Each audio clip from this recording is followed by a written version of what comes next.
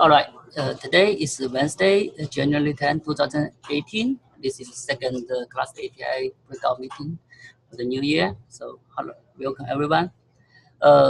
Today's agenda, we will first discuss some progress on the class API side from Google side. Then Harik and Prasang from SAP will be talk about the similar effort and the concept we are developing for the node manager. Then the ML competent will talk about the machine set PR stuff and the possible code consolidation in the could be deployed deposit. And the last topic we'll cover is event. Maybe some question to discuss in this meeting is why the scale group 4 and why let's controller manage node directory is preferred. Okay. First, on the Google side, we just slowly wrapping up after vacation. So we starting some code refactoring, and also we starting to before the break we talk about the transit from the custom resource definition CRD to move to the add-on the API server for the implementation. So we already start the effort. So we starting you in the following days and weeks you will see like a PR going on to basically implement the add-on API server using similar concept and idea from our older CRD effort.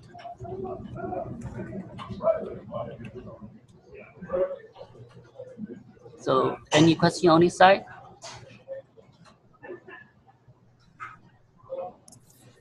No? Okay. So I think that let's move on to the second agenda item. The Hadik and the Prasang from SAP, you can take over to talk about your project. Okay, yeah, thanks. So let me first of all share the screen.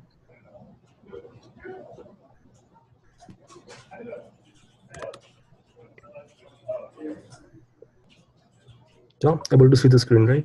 So my name is Hardik and Prashant, and we are joining the meeting for probably first time, and we got to know about the cluster API some time back, and at that time we were actually already in the process of doing something very similar, but we like some terminology that were already being used in the cluster API, so we adopted the terminology, and today we got a chance to present it. So first thing first, so few things that we all of us know already, but just to confirm that in Kubernetes everything starts with the pod, and what we obviously get is a pod controller. Let's call it a pod informer, and which controller which basically manages the pod objects, and then the second core object is replica set, and then in a similar way we have replica set controller which basically manages replica sets. But the interesting part is replica sets only manage the only component we actually manage the pod objects and manages the replicas of the pod as well. And in a similar way we have deployment controller and we have deployment object, and again the interesting part is deployment object only talks to the replica set controller. It doesn't really care about the real pod and stuff, right? And the same way it goes for the horizontal pod of the scaler. So all these controllers put in one bundle, we call it kube controller manager, right? Basically. So we have adopted the same terminology. I mean, it's there in the cluster API as well, and we find a little. So we call our machine, we call the base object as a machine object, and the machine controller which manages the machines, and then we have machine set controller which basically manages only machine objects, and then we have got machine deployment controller. So this deployment controller talks only to the machine sets. It never cares about the real machine objects. And in a similar way, we still don't have the cluster autoscaler, but we plan to have. We are yet to think of a design and so on. But the point here is there is a clear separation of responsibility that each controller, the way each controller does their work, right? And we put all these things in a one bundle and we call it a node controller manager. And with the machine, so our approach is pretty much. I actually went through the discussions that were happening on how it should be implemented and so on. So we have also chose to, and we had also chose to go via the machine class way and not the provided config way. So we have different objects, and each object basically you can see points to a machine class. So V1 is the name of the machine class, and as you can see, we have defined AWS machine class as one of the CRD, and that machine class basically contains all the details that normal machine should be represented by. And one more trick here is that we have took out the details which are little sensitive. For example, for AWS, we have took out the details like access key ID and secret access key, and the main part is a cloud config. So the cloud init script that will boot up the scripts, boot up the actual machine. So we put it as a separate secret, and we have a pointer from machine class towards the secret. So as already mentioned, each component is responsible only for managing the child component. So which means machine set only manages the machine deployment only manages the machine set, and so on. And they are more of parent-child relationship, and we have implemented it in a similar way that currently the replica set and deployment controller works. So it's more of a label selector way. So each machine which has got XYZ or specific label is basically identified by, basically adopted by the machine set, which has the selector as a similar labels, right? The same way the core controllers works. And we have also got the owner references. So each machine has got the owner reference which points to the machine set, and then machine set has owner reference which points to the machine deployment. So whoever is the parent deployment. And this controller more or less works in a cooperative manner, and they don't really race with each other. So going quickly one by one on what each controller really does, right?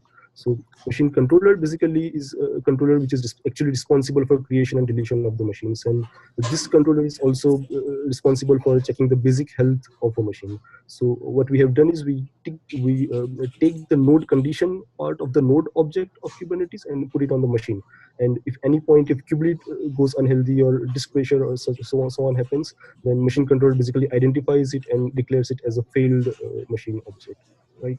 And then and this is the only controller in entire framework node controller manager which really talks to the cloud provider. And the creation flow is pretty much simple. We basically create the machine CRD. That CRD gets picked up by the machine controller, and machine controller basically immediately talks to the cloud provider and puts up a request for creation of a machine. And we have identified two different states in between that. When machine controller tells cloud provider to create a machine, at that point there is a state in between where machine gets registered to the Kubernetes client, but it's not yet ready. So we wait for that time, and then we wait till the machine gets into a ready state. And in between it, in any state, if anything goes wrong or if timeout happens, then that machine is declared as a failed. So basically, machine controller changes the status of the machine to be failed. And we have an explicit reason that the other controllers then will be looking at the status, and they will be taking their actions based on the status of the machine. Right? And then machine deployment flow is also similar, that we basically do a kubectl delete on the machine. A controller gets to know basically by the informer that the deployment of the machine object has been deleted. And again, the two flows, if deletion goes well, if cloud provider deletes the machine, so we basically wait till the cloud provider really deletes the machine and confirms, and then only we delete the machine object.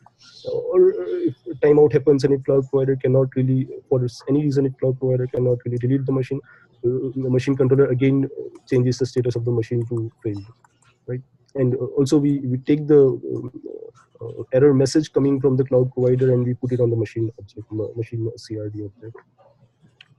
And for the health monitoring, as I already said, so the machine controller has an eye on the node condition of each node. So as we have took the node condition from each of the node inside the machine object, the machine controller basically checks whether kubelet is ready or not, whether disk pressure is happening or not, and so on. If, let's say, for example, kubelet is not ready, then the controller declares the machine as a declares the machine or changes the status of the machine to unknown state. And then we wait for a configurable amount of time. We have choose to be 5 minutes. It's configurable, and we wait for that amount of time. If it gets back to ready state again, it's good. It becomes healthy. If it doesn't, then machine controller again makes it changes the status of the machine to a failed.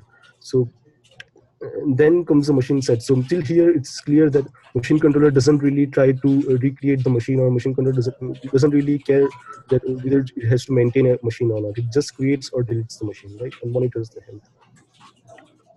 So then we have a machine set controller. So Machine side controller is a separate reconciler loop, which based on the informers, of course, and there are two main portions when it actually gets triggered. So one is, of course, when the machine set object is created, deleted, or updated, right? When the informer will get to know, and based on that, the actions will be taken. But also when a machine object is updated. So when any of the machine object is updated, this machine set controller gets to know. It checks whether the machine belongs to that machine set or not, and necessary actions would be then taken by the machine set. So so now the dot is connected to the previous part. When I say the machine controller changes the status of the machine to failed, at that time you see the machine object is actually updated, and the parent machine set gets to know about it, and it takes the action that this machine is failed, so it has to recreate the new machine. And it follows the principles of worker queue, of course. So whenever we put the machine set object in a worker queue and we have a reconciler loop, the way Kubernetes controllers can. And the flow for the machine set controller is exactly the way the replica set more or less works. That the resync, we have resync period, and after every resync period, it basically checks the available set of machine objects. So if out of the available set of machine objects, if there are healthy replicas is equals to desired number of replicas, it's good. If it's less than the desired number of replicas, we simply create the machine object. So here the catch is the machine set never creates a real machine. It just creates the machine CRDs. It just creates additional machine CRD, or if the healthy replicas are more than desired replicas, and it will just deletes the machine CRD and gives the responsibility of deleting the actual machine to the machine controller, right? And we keep requeuing the machine set inside the queue, worker queue, so on. And then we have also got the machine deployment controller. So machine deployment controller, in a similar way, we have got two strategies implemented for it. So one is a rolling update and recreate, the same way we have in Kubernetes deployment controller, right? So it's obvious just to differentiate. In rolling update, you basically create a new machine set object, and you do it one by one. So you basically kill the machine from one machine set and create it again in the new machine set, doing it one by one, or basically based on the parameter you provide as part of a max surge or max unavailable, right? And then in the same deployment object, you can also pause the deployment. And interestingly, if deployment fails in between, it automatically gets paused. So it ends up in saying that it ends up in a situation that if you have migrated two machines to a newer version and the newer version is not going good, then deployment automatically gets paused. And you can also roll back to the previous version immediately. So the rollback functionality is also there. So we will show the demo of deployment controller only today. We will basically create a So I will hand over it to Prashant. So Prashant will basically be showing the deployment controllers.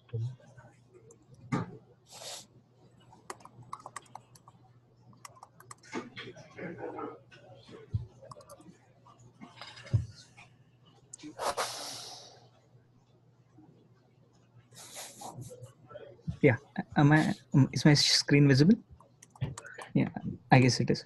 So to show how machine class looks like, so we have this AWS machine class that Hardik was talking about earlier, and we give a name to it. The spec right now contains all fields related to AWS. So our implementation right now supports AWS, but it's easily extensible to other providers as well. And we have this machine image, availability zone, the different fields, machine type, the network interfaces, block devices, and so on. What is the interesting field here is the secret reference, where you pointed to one of the Kubernetes secrets. So here I have the secret called secret 1.8.0. What this secret would contain is basically it would contain a user data field, which is basically a cloud config file, which already has the kubelet version mentioned inside it, as well as we have the provider access keys and provider secret keys required for AWS. And so this then is used by the machine deployment. So here we give the machine deployment a name. These two fields that I've commented out are used for pause and rollback. You can uncomment it and it would help with that. And then you have this replicas, where you can specify the number of replicas you want to deploy. And then you have the minimum ready seconds, where you can specify how many seconds you want it to wait. And your strategy, your max surge, max unavailable, selectors, labels, And finally, the spec, which actually contains the class your deployment is pointing to. So this would match with the class that I showed you earlier. So let's call it class V1 for now. So to give you a demo, so my controller is running outside the cluster right now for testing purposes. So I'm going to run the controller, and over here I'm on the right. I just have a watch on this test machine deployment that I'm going to create. And right now, let me quickly show you the cluster state. So how our cluster is set up is that the master nodes are run separately and the worker nodes are run separately. So right now, I don't have any worker nodes. So the cluster shows no worker nodes when I do kubectl get. And let me show you, in the interest of time, I've already deployed the kube AWS machine class. So let me call it as class V1. And maybe class V2, I'll be using it later while doing a rolling update. And similarly, the secrets that is used to store the cloud config and provider specific secrets. So I have the secret 1.8.0 and secret 1.8.2, which have kubelet versions of 1.8.0 and 1.8.2. And let me do a get machine set. They're all empty right now. And get machine deploy. So right now we have this completely empty cluster, and let me deploy this machine deployment that I just showed you. So as soon as I deploy this, there's an object created and the controller picks it up, sees the needed number of replicas is 3 and starts creating 3 replicas. If you look at the machine object, you can see the name. These are the things you would expect. So here we have the status field where we have the condition. Right now it says the deployment doesn't have the minimum availability. All this is borrowed from deployments in Kubernetes itself. And the number of replicas, the number of unavailable replicas. When these are ready, it would show the number of ready replicas as well. Let me quickly show you how. So this is the machine deployment. Similarly, we have the machine set backing this deployment. So this is the machine set backing the deployment. Let me show you the YAML quickly so that you can see how it looks like. So we have this machine set, which has an owner reference to the machine deployment that was used, and the status available on it. Similarly, we also have machine objects. So right now you would have, since the replicas are set to 3, the 3 machine objects. And like the machine object would look something like this. How we map machines to the nodes is we use labels, where each machine has this label containing the node. That is your Kubernetes node. And because we're using AWS, it's the IP of it. And the owner reference again to the machine set and the class. And the status. In the status, we are borrowing the node conditions. And the current status is still pending since it's being created. Once it's created, this would change to running. Let me quickly show you the AWS console as well. So on the AWS console, I've just filtered out the nodes that I'm creating. So there are 3 nodes created. And about now, these nodes must have been created.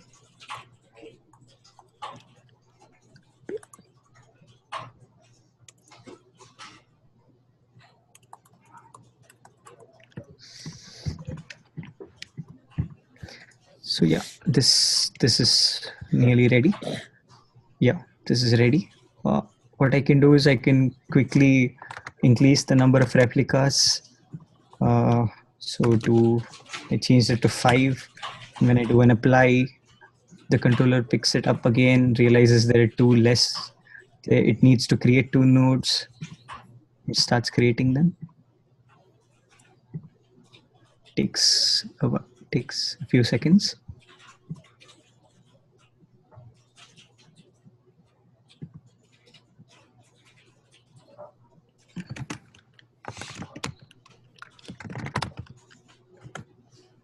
So yeah, you see these two machines are being created. And if I look at the AWS console, there would be two machines. I'm so glad. We just kind of carry her around the house because she can't stand up. So there are two machines created. So we're just like, all right, we're going to Did somebody mute there? And so similarly, what we to demonstrate the health monitoring, what I can do is I can quickly delete one of these machines and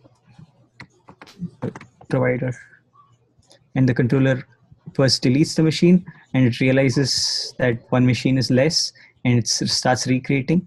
Although this is a very simple example, even if the provider the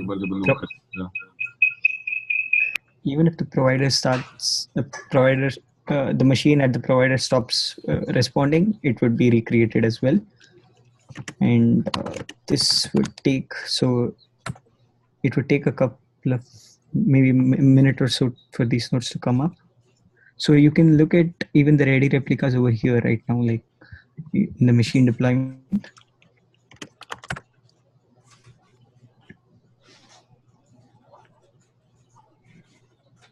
So once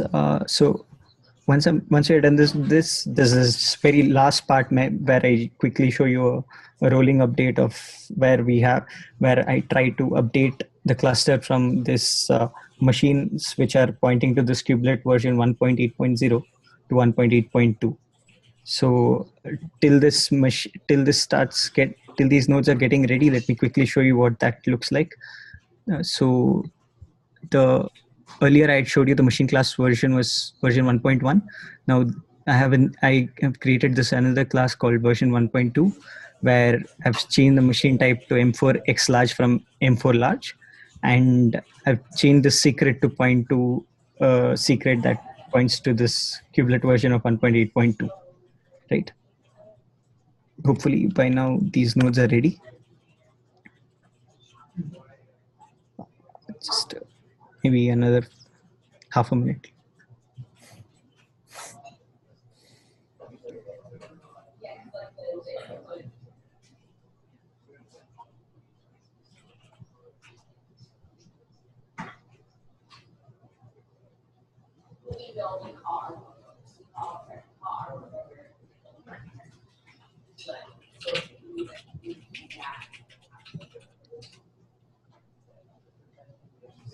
So as you can see here right now, these nodes are at 1.8.0.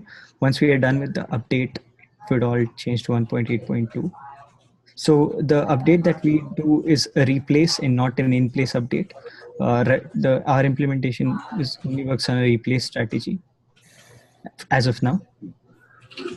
Maybe now it's now your nodes. We have 5 nodes up. Let me quickly update the class to version 2. And when I apply this, the controller immediately picks it up, starts deleting the extra VMs and starts creating new VMs in parallel. So at this point, you would have 2 machine classes, 2 machine sets, one pointing to an old one and one pointing to the newer one. And if we have a look at the AWS console at this point, you will find a mixed set of machines. So you have these M4 X larges with class V1 shutting down, and there are new ones coming up with M4 X large. And if you look at the machines as well, you would see multiple machines, multiple different types of machines created by different, if you look at this particular UID. And quickly, let's do a get nodes, and we would see eventually new machines joining the cluster with version 1.8.2. Yeah, so you see here there are new machines joining with 1.8.2. And since this is a rolling update, it happens in parallel. Just waits few machines come in, wait for the others, depending on the strategy, just like how the deployment would work. And also, just to mention, it's the strategy is based on the max surge and max unavailable, right? So, which means at any point in time, we have only one VMs being unavailable, and max surge means from the total replicas, we will go max one replica beyond. We will not go much beyond.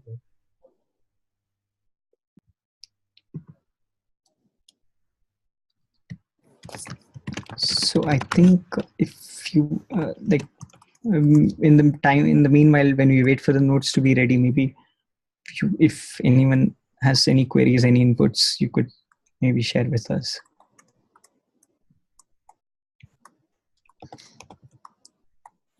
This is really amazing. I just I'm not entirely sure I can see what was the reason behind the particular naming scheme that you chose for certain things. Like you use the word machine, but then we already have nodes, which are kind of machines, and you have machine deployment and machine set, right? And like GKE has node pool, and I heard some folks been working on node sets. So you'd be good to sort of figure out what is a good terminology we might want to use, because this does seem to be a problem that a bunch of people are solving in their own way. But I haven't been to the previous meetings, and yeah. So just sort of an open-ended question, really. Yeah, I think this is aligned with the current class API backbone very well. So we also choose the machine to model VM object or physical machine object here. The node concept is actually the Kubernetes concept, right? So this is entity, the host pods, and it's very different from other type of resource, right?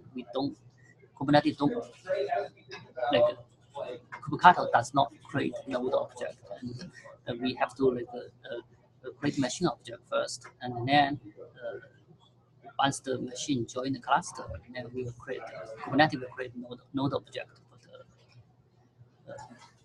Oh yeah, that's right. Because we can't really override what node means, right? Or augment it in any way. That makes sense. Don't you want to pause it?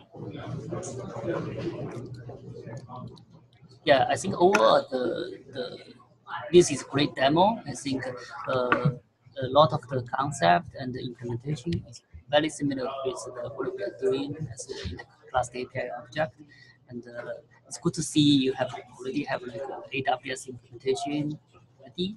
I think it could be very good addition to the current effort if we want to merge the effort in the future, because the current implementation mostly is about GCE or GCP.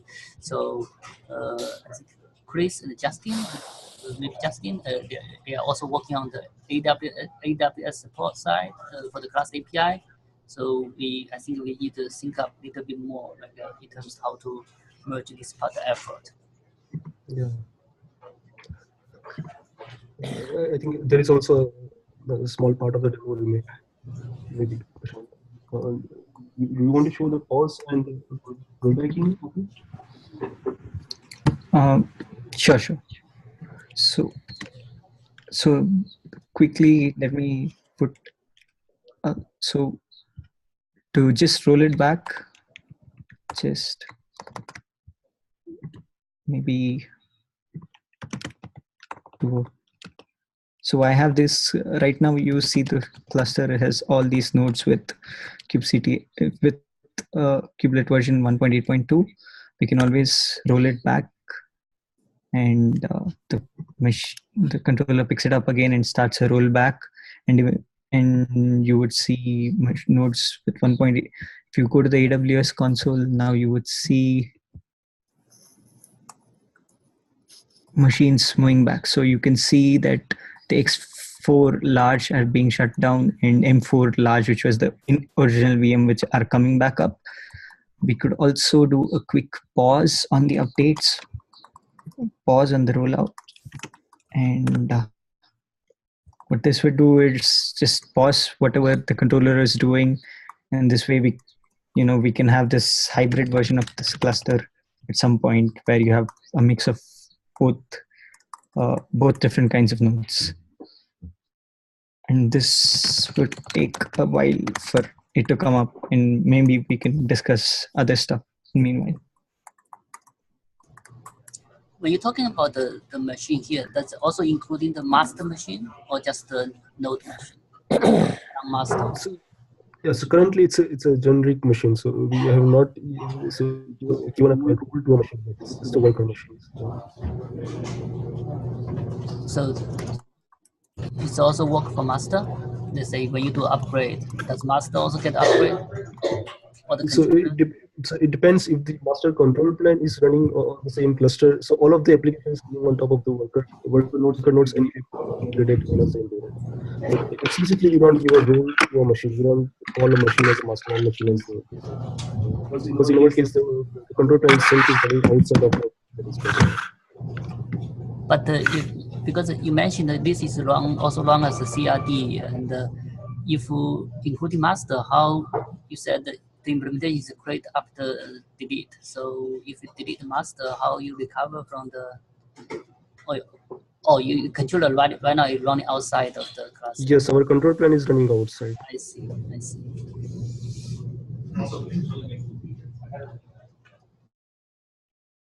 How are you, maybe I missed it, but how are you wiring up the versions of Kubernetes that you deploy here? Is it that you're building, like you're pulling the binaries at runtime or using a pre-baked image or what? So it's all about the cloud config. So whatever we put as part of the cloud config, so it's the same thing which it basically fetches the kubelet as part of the cloud config, and the version gets decided there. So, okay, so you're basically doing config management at runtime for the node. Yes, so it's a cloud init way. So yeah. Is that config specified as part of the template you guys have as part of like the machine class, or is that specified somewhere in your source code? No, that can be provided as part of a secret. So machine class has a pointer towards a secret, and the secret is the secret is the Kubernetes object which has 3 fields. It's specific to AWS for now, but it has a user data field which basically contains the base 64 of a cloud config, and 2 more fields which are access key ID and secret key. Yeah. So.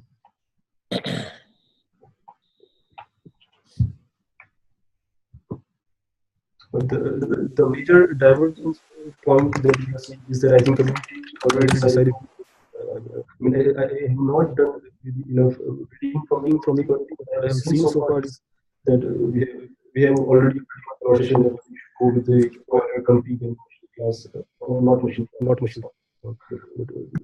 From the usability point of view, if you see from the portability point of view, and also in future, if you don't have a separate CRD like machine class, then it becomes really, I'm not really sure that how would then deployment will basically propagate the provider config back to the machine. And if you want to do a rolling update at that point, then how do we update the provider config itself so that the machine deployment gets to know which provider config from which machine do we update. So those are the few points that are slightly different that we are doing and what community has agreed to. So it would be nice to probably rediscuss or probably see what's the rationale. Yeah, I want to sort of chime in and agree with what other people have said. This demo has been really great. This looks a lot like sort of what we'd scoped out. And in terms of the API specifically, this looks a lot like sort of our first pass at what the API should look like. So I think it would be really interesting to dive into some of the API details and talk about why we backed away from some of those decisions.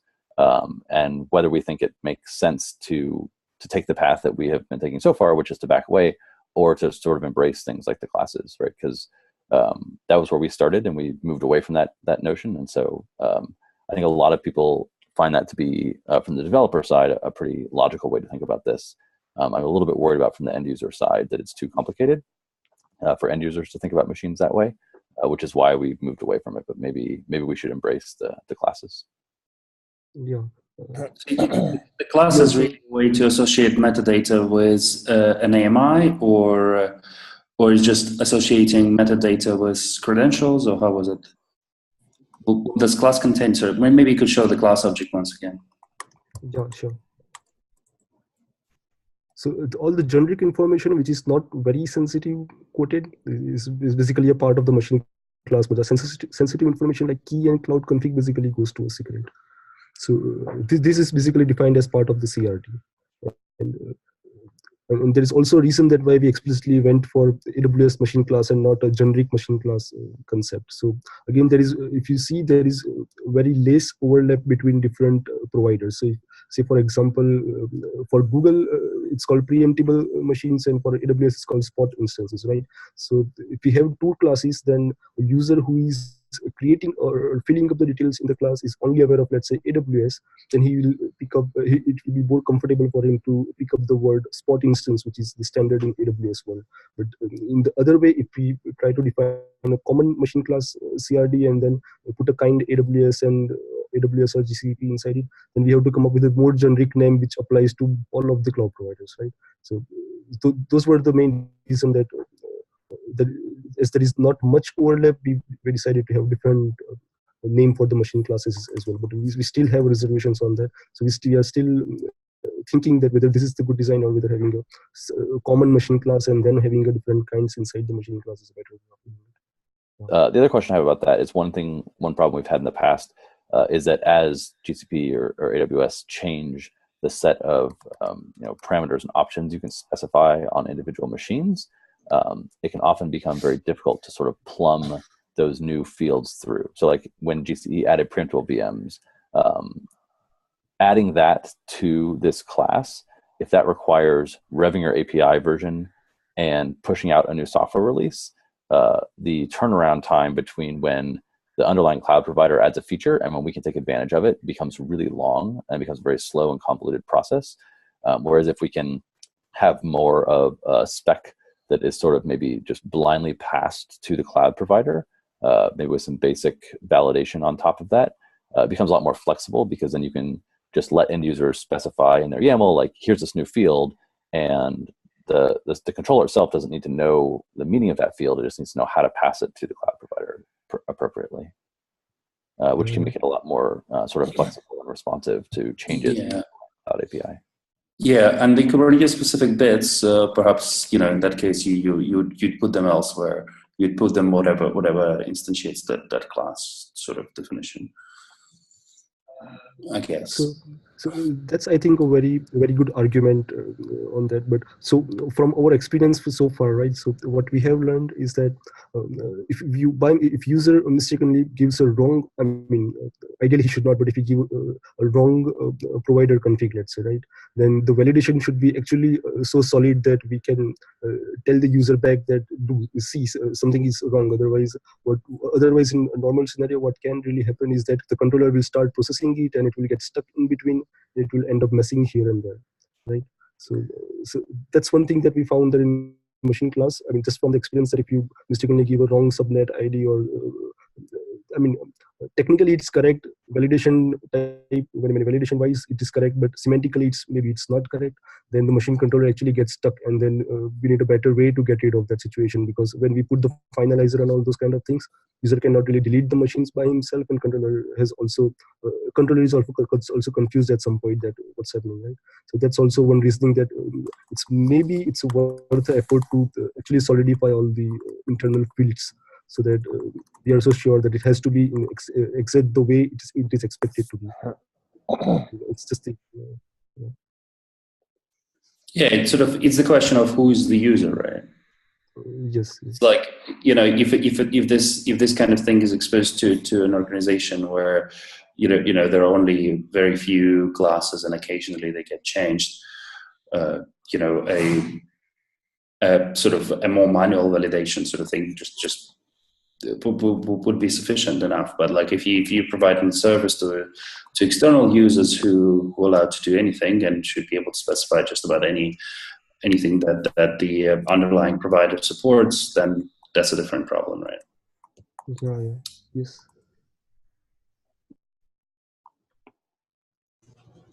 I think we should wrap up on this topic. Is there any additional question? Because we have 2 more topics to cover. We only have 20 minutes. I had a quick question about the expected behavior with classes. So let's say you create one of the AWS machine classes and then you decide to change one of the fields.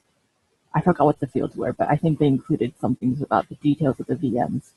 Does that trigger a deployment that changes all the machines to the new, size, or does it ignore that? Yeah, so that's actually a very nice design question, and actually that's only a question which triggers when we go with the machine class way, right? So there are actually 3 options and 3 different ways we can tackle it. So one way is, as you mentioned, the controller can start picking up the machine and start modifying them based on the new class.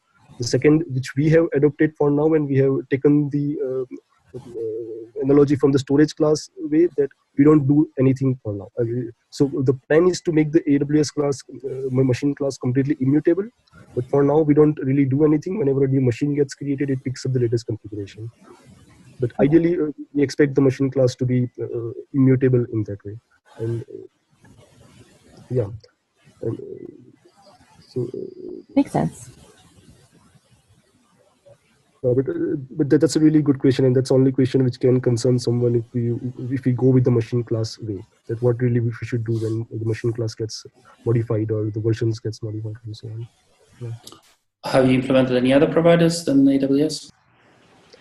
No, so our plan was to make it solid enough for AWS, and if you check the implementation, so on implementation wise, we will probably be enabling for Azure and GCP very soon. But all we have to do is to implement just the interface for create and deletion of the VMs. So we'll be enabling it for GCP and Azure, so it's currently only for the AWS. Craig had a question in chat about what you're using to actually create the cluster, and he's wondering if you're using kubeadmin on the masters and nodes to join the nodes to the cluster. We have not yet thought in that direction. That we would basically be preferred that if it's done via kubeadm, then the node controller manager should be a separate component, and it should be deployed separately on top of the cluster created by the kubeadm, and then it manages the machines there. But we have not really thought through what should be the answer for that. So if you're not using kubeadm, what are you using on the nodes when you provision a new machine? How are you convincing it to join the cluster? So we use the cloud config. So the cloud config contains the details of the kubelet. So based on the Hypercube version, and we point it to the proper API server. And the standard cloud config will basically connect it to the Kubernetes cluster. Yeah. Okay, and then does that cloud config also contain client credentials for the node to join as well? Sorry? Does it contain client credentials for the node to assert that it should be able to join? Yes. It contains all of the details that are needed to be connected to the Kubernetes cluster. It's a fully contained cloud config, which is everything that which is needed to connect to Kubernetes. Yeah. One follow-up question. Would you guys be open to to working together, providing some feedback on the API that we've been working on? And seeing like what lessons we can take from you, eventually, we could consolidate, those efforts, if it makes sense. Yes, sure. So that was actually the main motivation that we have open sourced, and we were definitely open to collaborate. So I have not yet have enough check on what's the exact APIs on the cluster API and so on, but yeah, that would be nice. So that's what also is our future step, that how can we align with the community. One suggestion is that we have the open PRs for the API that you could take a look and provide some of the feedback, and it could have some discussions there. I don't know if Rob has any other suggestions on as a next step. Yeah, I mean, I think we can. I mean, this is a pretty large forum to do an intricate design review. So we could. It might make sense to do sort of a separate breakout, sort of higher bandwidth, lower participant design review, and then kind of come back to this meeting hopefully by next week with sort of the result of that and present that to the wider audience. I don't think everybody here needs to be involved in that. I think it'd be easier if it was sort of a smaller audience. I don't want that to be too exclusive. So if people want to join, we should invite them. And we should certainly make sure that like the results of that are discussed and sort of vetted and approved by the larger group. So let's take that as an action item on our side to schedule a separate meeting. Then we can share that with a larger group for whoever wants to participate in that. Okay. Okay, so let's move on. I think it is a great demo and a great talk. Thank you, Hardik and Prasad. So next topic will be the Henrik talk about the machine set PR and the possible code storage consolidation. Is Henrik from Lotus here?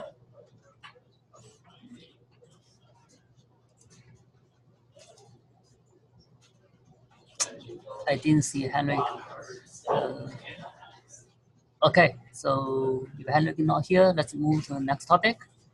Ivan have a question about the controller management node. So can you talk a little bit more? Sure. I had just sent out an email prior to the holiday asking. We had heard the sentiment a couple of times on these calls about a desire to have the controllers that are enforcing the cluster API to be fully responsible for managing every single machine instance. Whereas in what we had been working on, the project we're working on at Red Hat, we had got some guidance from our operations group. They were very focused on the use of scale groups and instance groups. So what at the time I was just asking for specifics on where folks thought that the approach of having the cube controllers fully responsible for creation and deletion of every individual instance, what benefits people had in mind for that, or where it's gone wrong in the past. Although I should note, I've since been talking with our operations group. We got that guidance simply because they didn't have any other option. They're not actually opposed to controllers that manage every single node. So we did get more information there, but I know Robert mentioned he might have some thoughts on that. But I just would love to hear any info from anybody who's seen that go right or wrong. Yeah, I specifically put you after the demo because it looked like the demo was going to show the not using scale groups, right, for VMs, which it did. And so it might be worth, Hardik talking about why you guys chose not to use ASGs when you implemented machine sets. Yes, so we wanted it to be as cloud agnostic as possible. So if you see, the only dependency we expect from the cloud provider is to create the machine and delete the machine, nothing else. So the implementation wise, if we expect only these two methods, then we believe that we can include more number of cloud providers. But it's always a way that you can always go with the node pools on Google and ASG with AWS in that way. Just to have so what we have done is all of the complexity of managing the set of machines and all goes into the lap of the controller itself. We only expect the creation and deletion. Yeah. I just wanted to add, I don't know if you considered that, but I would probably do the same thing from slightly different perspective because ASGs come with a whole bag of stuff in them, right? So like ASG, for example, like if you wanted to get individual IPs of instances that the ASG creates for you, you have to actually go and look at each of them, right? So you have to like list them and go there and get it. And like it's a slightly indirect way of controlling it because now ASG kind of in charge of the things you asked to create. And they could just, there are a variety of limitations there really or annoyances in other words. Yeah, one more thing I'd like to add besides just having if we implement scale groups with our own machine sets, we do get that cross-platform compatibility. We don't lose many of the features that scale groups usually brings, like auto-scaling, because we can actually do much more informed auto-scaling if we're aware of the container workload instead of just the actual workload on the machine, because we can look at pending pods and how much back pressure we have. But also you get neat debugging workflows, like not all scale groups are allow you to like remove a machine from the scale group to set it aside for debugging, where I could just go edit a machine definition that was created by a machine set, change its labels so that a machine set doesn't control it anymore. That machine set will go create another machine because it sees that its count went down for the matching label set. And then I can just kind of like quarantine that machine for debugging if I have an issue with it. So it's all sorts of ancillary benefits. And then that would also be like cloud agnostic, or even if you did on-prem, it would be on-prem agnostic.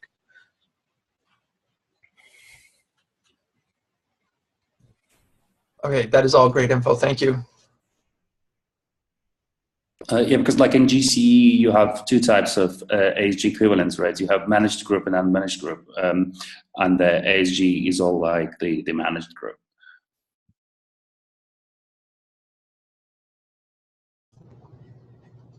All right, so is there any additional question people want to discuss?